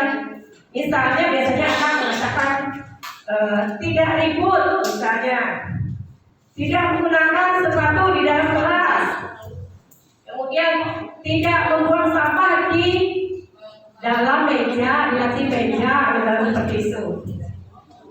Atau misalnya ada juga mungkin anak yang menuliskan yang piket datang lebih awal misalnya, atau tidak boleh terlambat seperti itu. Kemudian setelah sudah dapat dari anak-anak tersebut, dari siswa-siswa tersebut sudah mulai mengumpulkan semua dari buah pikirannya tentang apa yang mereka inginkan dengan keadaan kelasnya selama setahun ke depan, misalnya seperti itu. Langkah yang kedua adalah mengubah peraturan-peraturan yang sudah dibuat dengan kalimat positif. Jadi misalnya peraturan tadi tidak menggunakan sepatu, tidak, itu kan kalimat negatif. Kita ubah menjadi kalimat positif. Apa misalnya? Menaruh sepatu di tempatnya, misalnya. Ya. Berdoa sebelum belajar, misalnya. Kemudian ada lagi misalnya kalimat negatif dari mereka, tidak membuang sampah di laci. Maka kita ubah menjadi kalimat positif, membuang sampah pada tempatnya, seperti itu. Jadi tidak ada kalimat negatif. Nah, setelah itu Bapak Ibu, setelah kita mempositifkan kalimat negatif dari buah pikiran siswa-siswa kita tadi, lalu kita menyalurkan peraturan-peraturan yang sudah dibuat itu menjadi sebuah nilai kebajikan atau keyakinan. Jadi misalnya ada beberapa anak yang menuliskan satu, tadi setelah kita positifkan membuang sampah pada tempatnya, menggunakan tidak apa tadi kalimat positifnya, menaruh sepatu pada tempatnya. Nah itu kita sarikan Bapak Ibu, dua kalimat itu kan, dua kalimat positif itu kita bisa kita sarikan menjadi suatu kebajikan atau keyakinan, misalnya menjaga kebersihan. Seperti itu Bapak. Jadi yang kita anggap itu sama-sama, tujuannya kita jadikan satu, menjadi kalimat yang sederhana, yang mudah diingat. Kebersihan misalnya, saling menghormati, kan tidak ribut, bisa tidak ribut, tidak berbicara, tidak menggunakan handphone. Tadi setelah kita ubah ke dalam kalimat positif, lalu kita sarikan saling menghormati, seperti itu. Selanjutnya kegiatan pendalaman keyakinan kelas tampak seperti dan tidak tampak seperti. Ini biasanya kita gunakan tabel T. Tabel T untuk menunjukkan keyakinan kelas yang sudah dibuat tadi, seperti dan tidak seperti. Dari dalam tabel T tersebut di atasnya misalnya ada nilai dari menjaga kebersihan. Di bagian sebelahnya yang tampak seperti dan tidak tampak seperti, misalnya tampak seperti mejanya tidak ada sampah misalnya.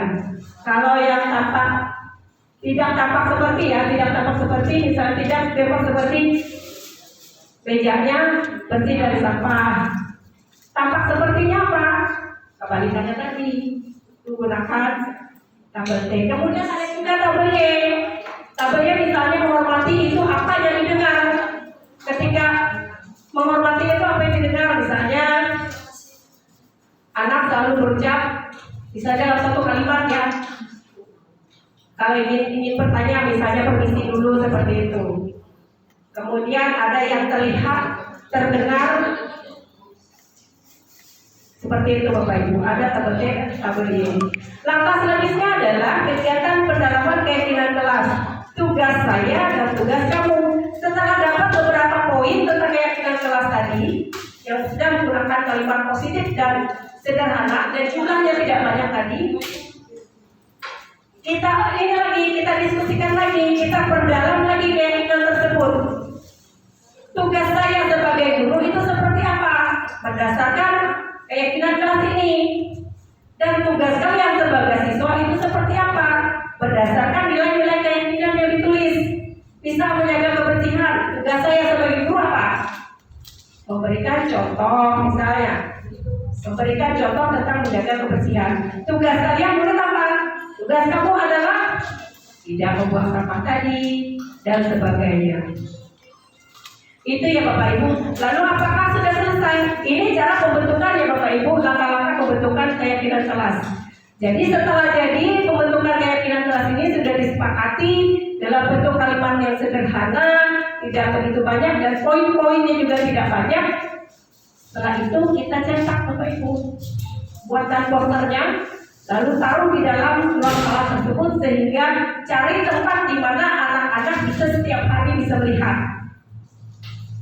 Dengan membaca mereka akan ingat terus, oh aturannya, keyakinannya kami buat ini seperti ini. Kemudian apakah sampai di situ sudah selesai? Belum Bapak Ibu. Untuk kita sebagai guru, nanti kalau kita suatu saat masuk dari kelas tersebut, kita gunakanlah waktu misalnya 5 menit untuk mengulas sedikit keyakinan kelas. Barangkali sebelumnya di aturan-aturan itu tidak mengcover apa yang ada di dalam nilai keyakinan kelas tersebut. Kita gali lagi sedikit-sedikit sambil kita mengingatkan mereka tentang keyakinan kelas. Seperti itu Bapak Ibu untuk langkah-langkah keyakinan kelas, sekaligus cara kita melaksanakannya. Saya membuat langkah-langkah seperti ini dengan harapan nanti di awal tahun pelajaran kita semua bisa menerapkan keyakinan kelas ini, supaya anak-anak sudah punya keyakinannya masing-masing di dalam kelas Bapak Ibu. Sehingga nanti kalau mereka ada berbuat kesalahan, kita tidak susah-susah lagi, kan mereka sudah meyakini seperti itu. Nah, ini aksi nyata saya dalam pembentukan keyakinan kelas. Kebetulan sini saya tidak menggunakan sticky notes, tapi saya menggunakan proses brainstorming dengan cara siswa angkat tangan seperti itu. Lanjut ke segitiga restitusi. Ini yang terakhir Bapak Ibu. Definisi segitiga restitusi adalah suatu proses dialog yang dijalankan oleh guru agar dapat menghasilkan murid yang mandiri dan bertanggung jawab. Jadi dia bertanggung jawab dengan apa yang diperbuatnya, mandiri dalam menentukan solusi atas kesalahan yang dilakukannya. Jadi dalam segitiga restitusi ini ada 3 komponen yang kita lakukan. Yang pertama, kita menstabilkan identitas. Kemudian yang kedua, validasi tindakan yang salah. Kemudian yang ketiga, menanyakan keyakinan. Jadi ketika kita memanggil siswa yang melakukan kesalahan, ini bisa kita lakukan Bapak Ibu untuk menangani setiap kesalahan yang mereka lakukan. Yang pertama adalah menstabilkan identitas. Berdasarkan prinsip membuat kesalahan adalah sebagian dari proses pembelajaran. Dia melakukan kesalahan itu Bapak Ibu merupakan prosesnya juga. Dia tahu kan dia sudah melakukan kesalahan. Oh ternyata di sini konsekuensinya seperti ini. Jadi nanti dia untuk kedepannya lagi sudah ada warning begitu. Ketika dia melakukan, oh tidak, nanti konsekuensinya buruk bagi saya seperti itu. Menggeser identitas murid dari identitas gagal menjadi identitas sukses. Jadi kesalahan siswa yang dilakukannya itu bukan berarti dia itu gagal Bapak Ibu, tetapi itu adalah merupakan cara pembelajaran buat dia menuju sukses ke depannya. Karena ada pepatah mengatakan pengalaman dan pengalaman itu adalah guru yang sangat berharga. Jangan mengkritik murid yang sedang mengalami identitas gagal. Jadi misalnya ada murid tadi seperti kasus kita tadi, ada siswa yang tidak menggunakan atribut saat upacara. Kita tidak mengkritik dia dulu, tapi kita tanyakan alasannya kenapa dia tidak menggunakan atribut lengkap seperti itu. Jadi kita stabilkan identitasnya. Untuk pernyataan-pernyataan contohnya adalah yang pertama, membuat kesalahan sesuatu itu adalah wajar. Jadi setiap orang itu melakukan kesalahan wajar saja, kecuali kalau kesalahannya berulang kali, Ibu ya. Yang kedua adalah manusia tidak ada yang sempurna. Yang ketiga, kita bisa memperbaiki masalah ini. Yang keempat, saya tidak menanyakan kesalahannya, tetapi fokus memperbaiki masalah ini. Apakah saat ini kamu tengah menjadi orang baik untuk dirimu sendiri? Jadi langkah awalnya tadi Bapak Ibu kita menanyakan dulu kasusnya itu benar tidak terjadi. Setelah dia mengakui iya Bu benar terjadi misalnya seperti itu, kita stabilkan dulu identitasnya supaya dia tidak down seperti itu. Kita menanyakan alasannya kenapa dia melakukan kesalahan tersebut, maka dia akan menceritakan alasan dia kenapa dia melakukan kesalahan tersebut. Kemudian yang kedua adalah validasi tindakan yang salah. Berdasarkan prinsip setiap perilaku berupaya memenuhi suatu kebutuhan tertentu, kemudian guru akan bergeser dari pemikiran stimulus respon menjadi proaktif dalam penanganan kasus atau kesalahan dilakukan murid. Kemudian menggali dan mengakui kebutuhan murid ini dapat memperbaiki hubungan dengan murid. Jadi murid itu merasa diperhatikan, misalnya ada siswa mungkin saja dia melakukan kesalahan karena dia kurang pemenuhan kebutuhan hidupnya mengenai rasa kasih sayang seperti itu. Maka ketika kita mengenali dan mengakui kebutuhan murid tersebut dengan cara melakukan pendekatan, maka siswa itu merasa diperhatikan, kebutuhan akan kasih sayangnya tadi terpenuhi. Pertanyaan disampaikan dengan nada suara tidak menghakimi atau mengocok. Jadi kita bisa menggunakan cara yang lembut dengan mereka. Pernyataan, kamu bisa saja bertindak lebih gegabah lagi dari ini. Kemudian kamu bukan melakukannya tanpa suatu alasan tertentu. Kamu melakukannya karena mempertahankan sesuatu yang penting. Yang keempat, mungkin kamu bisa mempelajari suatu perilaku yang lebih efektif. Bersediakah kamu mempelajarinya? Yang terakhir adalah menanyakan keyakinan. Nah, tadi kan kita sudah membuat keyakinan kelas. Di sini korelasinya Bapak Ibu. Ketika kita menangani kasus yang dilakukan siswa, itu kesalahan dilakukan oleh siswa, maka kita mudah karena kita sudah membuat keyakinan kelas dengan siswa. Maka ini bisa kita lakukan, menanyakan keyakinan. Yang pertama itu sifatnya adalah motivasi intrinsik, motivasi yang ada di dirinya hingga dia melakukan itu seperti apa? Kenapa seperti itu? Untuk memenuhi apa?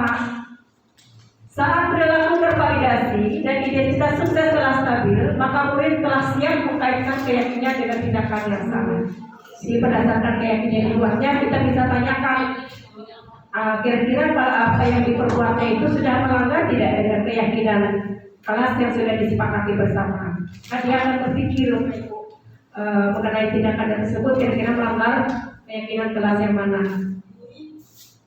Pernyataan sebagai keluarga atau kelas apa yang kita yakini, kemudian nilai-nilai apa yang telah kita sepakati, seperti apa gambaran sebuah kelas yang ideal bagi kamu ingin menjadi orang seperti apa.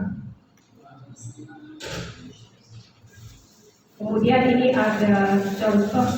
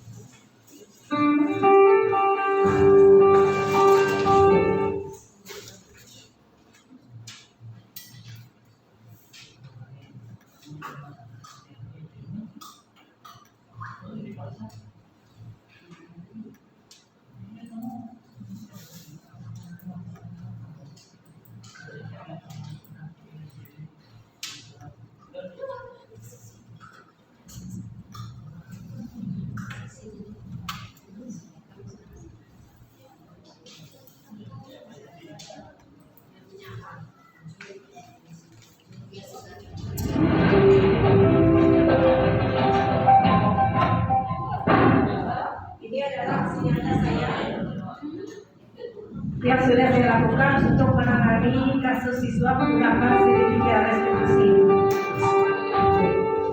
Assalamualaikum warahmatullahi wabarakatuh. Saya yang mereka berdua selalu sebagai manajer akan mendapat ajukan untuk apa yang dihargai akan pertanyaan.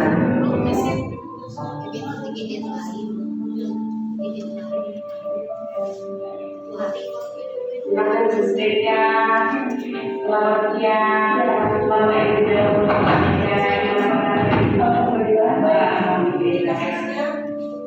Ibu lihat tadi dia membaca menggunakan alas kaki di dalam apa yang menggunakan kaki dan pelajari. Maaf begini mengajar Bu, saya merasa lantai kelas itu kurang bersih, jadi kurang nyaman kalau langsung tidak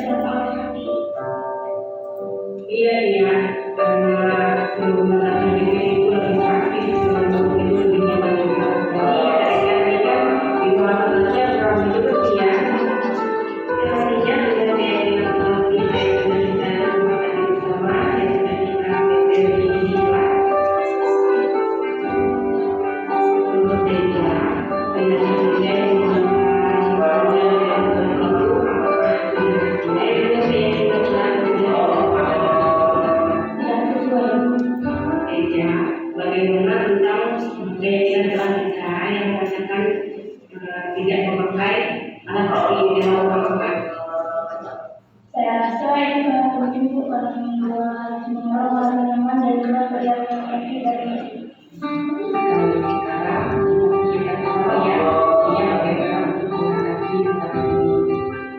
saya akan menjawab kepada teman-teman dan saya tidak akan menggunakan nanti sudah pulang dari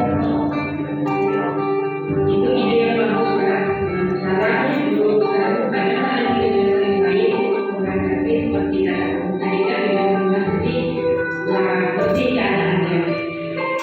ada saya akan berdiskusi dengan teman-teman di kelas pada menerapkan keyakinan yang telah ada bersama dan juga akan mengajak mereka untuk memberikan jawaban. Baiklah, itu ada ide yang bagus sekali Ibu yang sudah membuat. Nanti kalau ada apa-apa, ketika ada ide Ibu akan solusinya yang benar, apapun benar dengan ada ide. Oke? Baik, terima kasih.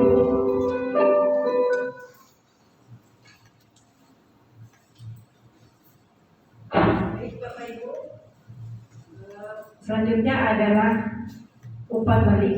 Mungkin ada dari Bapak Ibu yang ingin bertanya, saya persilakan. Mungkin ada 1 atau 2 pertanyaan untuk sesi tanya jawab ini.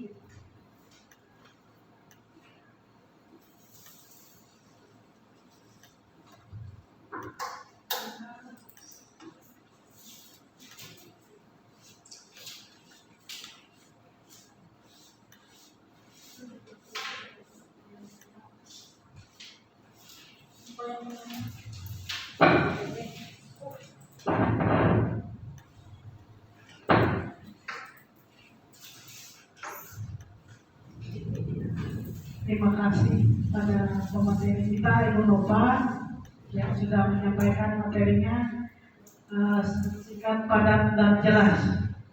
Materi pada hari ini baik sekali, terutama untuk saya pribadi, yaitu saya mempunyai pengetahuan baru tentang cara bagaimana menghadapi anak-anak,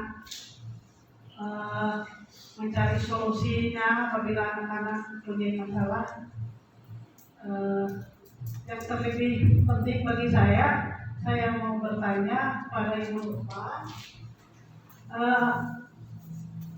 perbedaan antara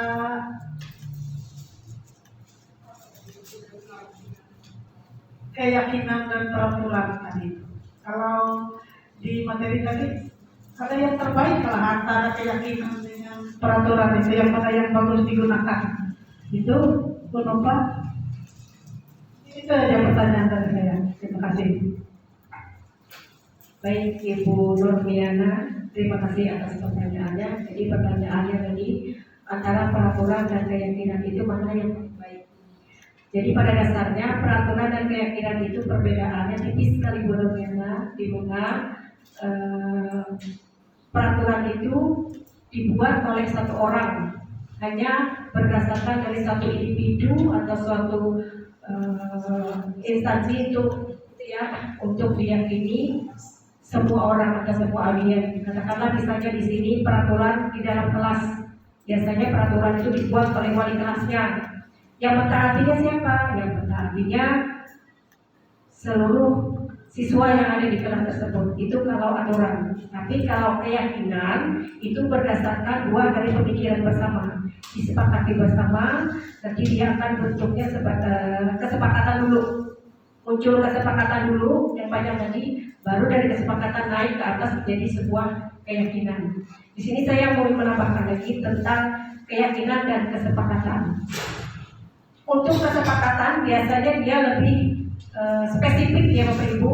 Saya berikan contoh tadi seperti sudah saya sebutkan, kalau untuk kesepakatan misalnya tidak menggunakan sepatu di dalam kelas, itu kan spesifik, itu berupa sebuah kesepakatan. Tapi kalau dia naik menjadi keyakinan, seperti saya katakan tadi, jagalah kebersihan. Jadi dia sifatnya universal. Kalau keyakinan bersifat universal, yang kesepakatan itu sifatnya lebih spesifik. Begitu Bu Normiana. Terima kasih kembali. Ada lagi Bapak Ibu yang ingin bertanya? Ada Bu ini mungkin Satu Bu. ya.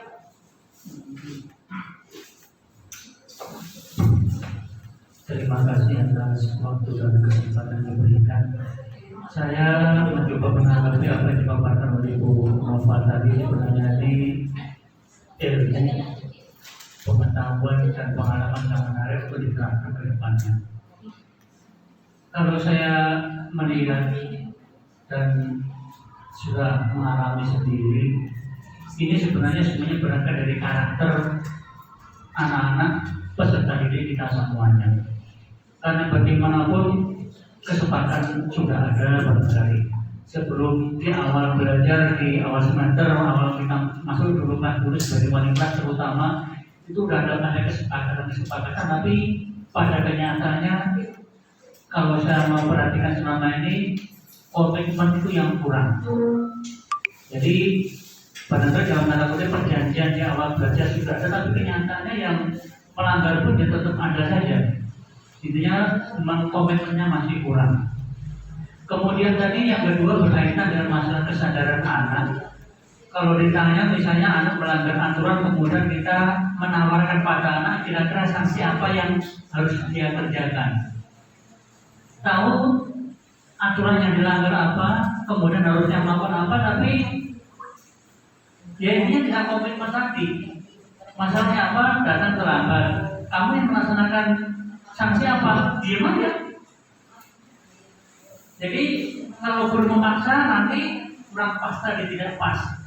Tapi kalau ditawarkan pada anak nggak ngambil tawaran, anak juga tidak mau melaksanakan konsekuensi apa yang harus dia lakukan. Sehingga sebagai guru juga susah nih, anak ini mau diapakan, kalau dia tidak nanti ada kekerasan dan sebagainya.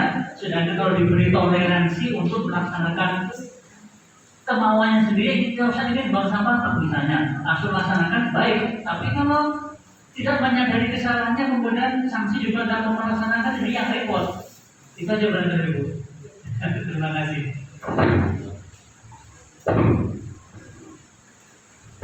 Terima kasih. Bapak Ibu sudah menanggapi. Jadi intinya kurangnya komitmen atau kesadaran dari siswa itu sendiri. Berbicara tentang motivasi tadi Bapak Ibu, saya kembali flashback ke belakang. Motivasi tadi kan ada dua. Ada motivasi intrinsik, ada yang namanya motivasi ekstrinsik. Nah, kita sebagai guru ini melakukan dari 3 institusi tadi berupa faktor motivasi ekstrinsik, di mana kita ini hanya bagian kecilnya saja Bapak Ibu daripada motivasi ekstrinsik. Ada pendidikan yang lebih dominan lagi, yaitu pendidikan di rumah. Makanya kalau berbicara mengenai budaya positif ini sebenarnya bukan hanya dilakukan di sekolah saja, tapi ke depannya mungkin ada program dari sekolah yang merangkul orang tua, bagaimana kita menumbuh kembangkan atau mensosialisasikan budaya positif ini kepada orang tua siswa. Karena faktor eksternal yang dominan itu kan berasal dari rumah itu sendiri. Waktu siswa itu lebih banyak di rumah seperti itu. Jadi pendidikan yang lebih utama itu di rumah. Jadi kalau kita sudah melakukan yang namanya segitiga institusi, melakukan kontrol manajer, pemantau atau teman tadi, kita tidak berhasil, jangan berkecil hati Bapak Ibu, karena kita hanyalah bagian kecil daripada motivasi eksternal. Banyak faktor lain lagi, baik itu bersifat internal atau eksternal lainnya. Seperti itu menurut saya. Tidak ada lagi yang berbeda. Saya cukupkan sampai di sini penjelasan saya mengenai diseminasi pemahaman konsep mengenai budaya positif. Terima kasih.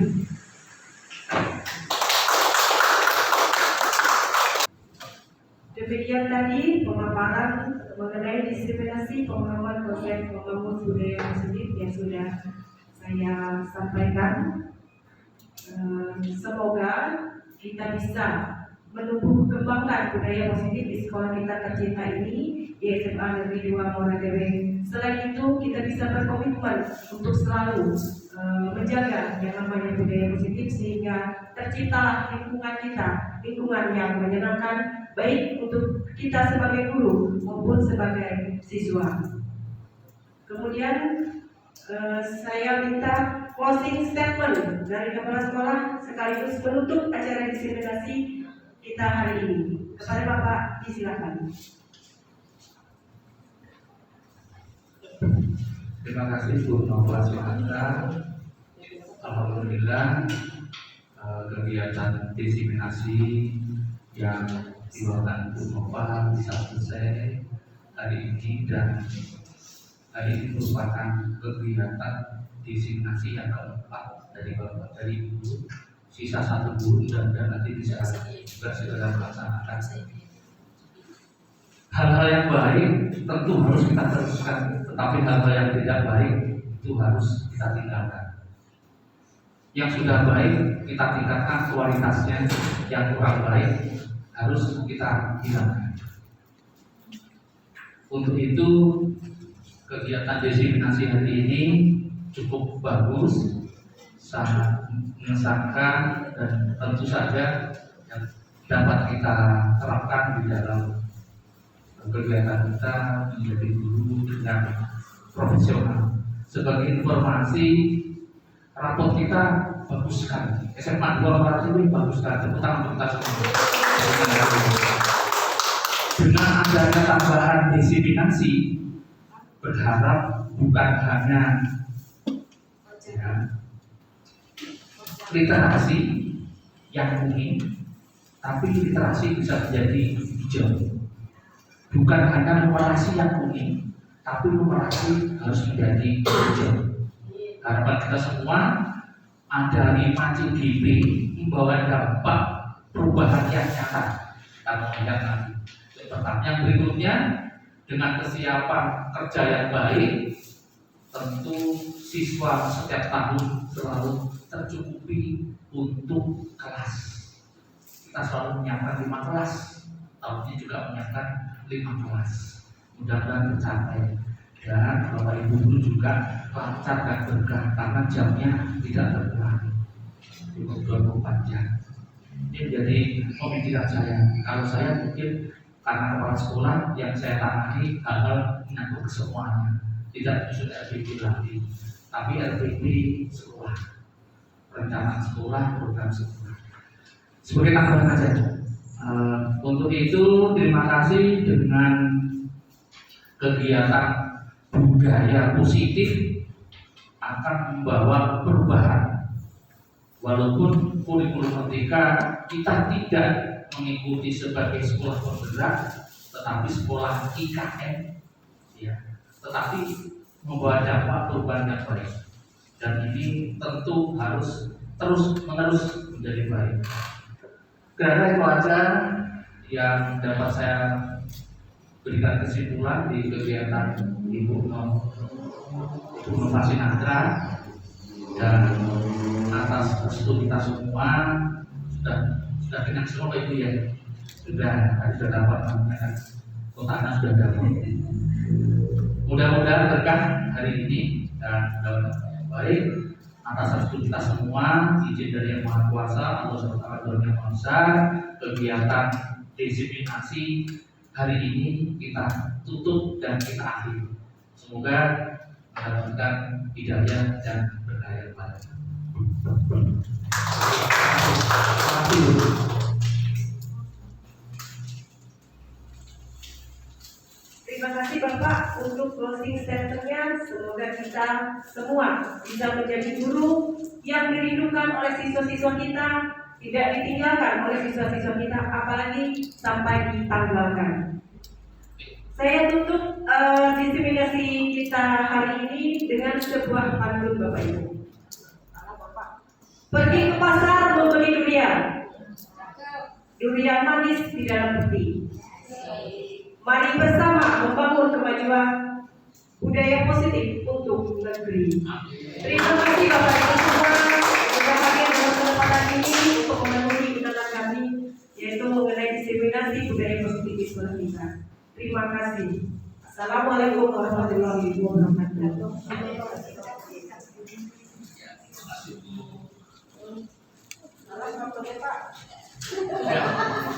Jangan ditutup.